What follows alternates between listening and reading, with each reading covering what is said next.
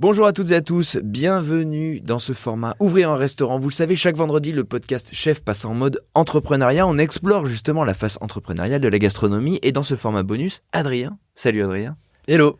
Nous parle de tous les tips, de toutes les étapes qu'il y a entre l'idée d'ouvrir un restaurant et ce fameux jour J où les portes s'ouvrent et où les premiers clients entrent dans l'établissement.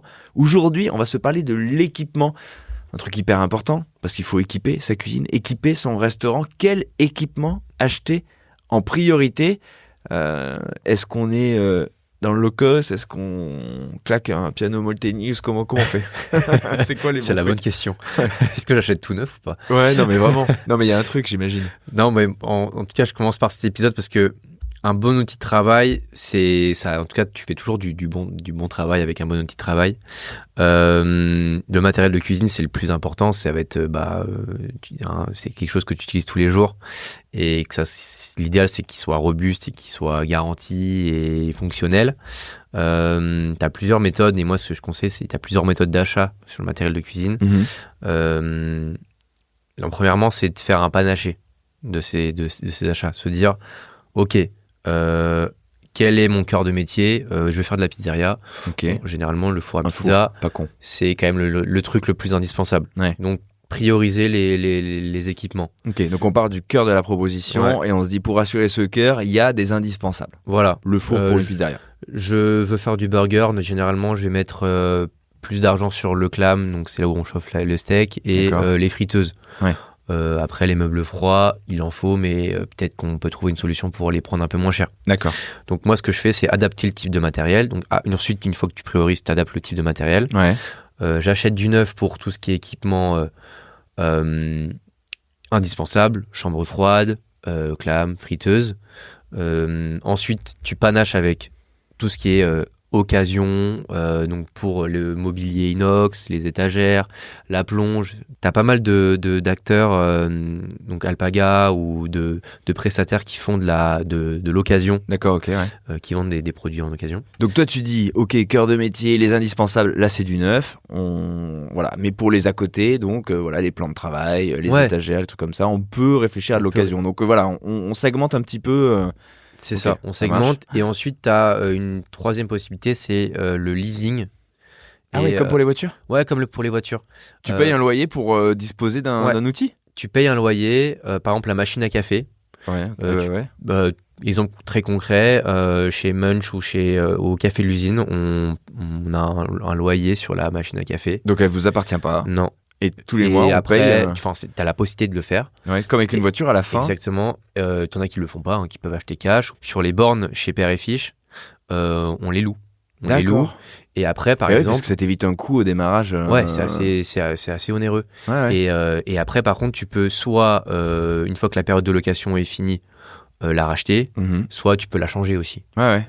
Donc ou simplement t'arrêter parce que t'as décidé de pivoter, que ça va plus dans ton concept ou que c'est un coût qui n'est pas justifié. Exactement. Ah ouais, pas mal. Donc t'as le leasing et la LO, ça s'appelle LOA quand c'est de la location avec achat derrière. D'accord, ok. Ouais, option d'achat, location avec option d'achat, comme pour les voitures. Ouais, voilà. Exactement. Ok, trop bien. Donc on panache, on se dit il y a des priorités, ça on peut aller sur de l'occasion, ça on peut même le louer. C'est quoi les autres trucs auxquels il faut penser ? On oublie, mais ne pas négliger l'espace de stockage. C'est avoir assez d'espace de stockage pour le froid, les étagères pour tout ce qui est mobilier. En fait, on pense vraiment, souvent on se dit ok, il me faut du stockage sec pour mes denrées alimentaires, il me faut du stockage froid un peu, mais pour mes denrées alimentaires aussi fraîches. Ouais. Mais en fait, on pense pas ah oui, c'est vrai que j'ai de la préparation au froid, donc peut-être qu'il faut plus de stockage froid, donc investir dans des frigos 3 portes.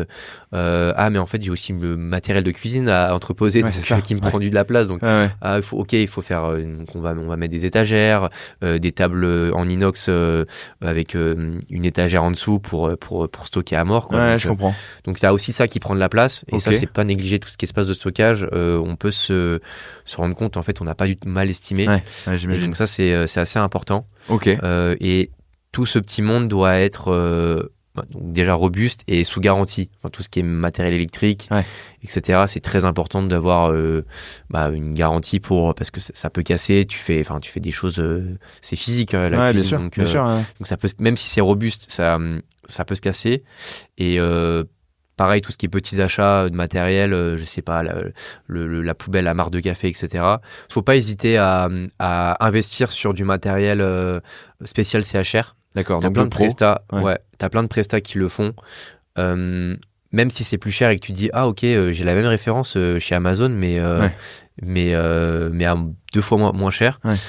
T'as pas mal de restaurateurs en fait qui changent le matériel acheté sur Amazon au bout de 3 mois. Ah ouais, Parce que c'est ça de la tient pas là. En mauvaise fait, sinon, qualité. c'est de la mauvaise qualité ou c'est fait pour en tout cas pour des personnes comme toi et moi Ouais, qui pas du tout le même rythme, pas du tout le même volume Exactement. que dans un restaurant, C'est et ça. du coup ça marche pas. Donc Ça ouais, il suffit faut 4 fois pas plus vite, hésiter à mettre de l'argent là-dedans. Et puis en plus Amazon, le truc c'est que si tu dois acheter une poubelle pour ci, le truc là-dessus, Oui. tu te retrouves avec 46 items, non, tu sais plus où t'es, enfin tu sais plus ce que t'as. Ouais, tu sais plus ce que t'as et puis en fait le changer tout le temps, Ouais. c'est Ça pas- finit par être plus coûteux. Ouais, c'est plus coûteux. Donc qu'est-ce qu'il faut éviter justement? Ça déjà on peut se le mettre à éviter Ouais. quoi. Faut faire confiance et chercher plutôt du matériel professionnel. C'est ça.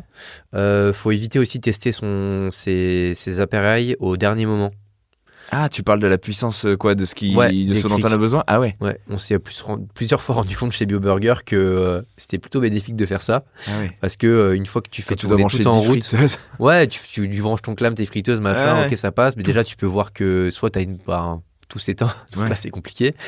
Ouais. Mais sinon, tu peux avoir du mobilier qui ne fonctionne pas. Le frigo à steak, il faut le changer parce que j'en sais rien. Il est défectueux. Ouais. Tu fais ça 2 semaines avant. T'es bien content d'avoir ce petit laps de temps de 2 semaines pour Ouais. soit anticiper, soit changer le matériel. Quoi. Donc il faut vérifier bien la puissance Ouais. nécessaire et la puissance Et disponible sur ton local. Et Quoi. tester le matériel Et aussi. tester le matériel. Donc il faut prévoir ce temps. Ouais, prévoir ce temps, ne pas surcharger à fond la cuisine. Je prévois des inox sur tous les côtés de la cuisine. Et en fait, tu te rends compte que tu n'as plus la place pour ajouter un nouvel élément qui était quand même bénéfique, j'en sais rien. Ouais, t'y penses En après. fait, j'ai installé une table de préparation, mais j'ai besoin plutôt d'un frigo. Du coup, il faut que je le revende. Enfin, Ouais. c'est compliqué. Donc il faut essayer de laisser un peu d'air si on Ouais. peut. Laisse un peu d'air et une fois que tu auras utilisé ton outil de travail, tu vas savoir là où Ouais, comment comment tu le peux le modifier. meubler et l'aménager. Ok, C'est ça. pas mal. Et dernier point, mais c'était négligé là maintenant, c'est le service après-vente, mais c'est un peu la base, mais voilà, c'est bien d'avoir du matériel qui soit garanti, comme je te le dis.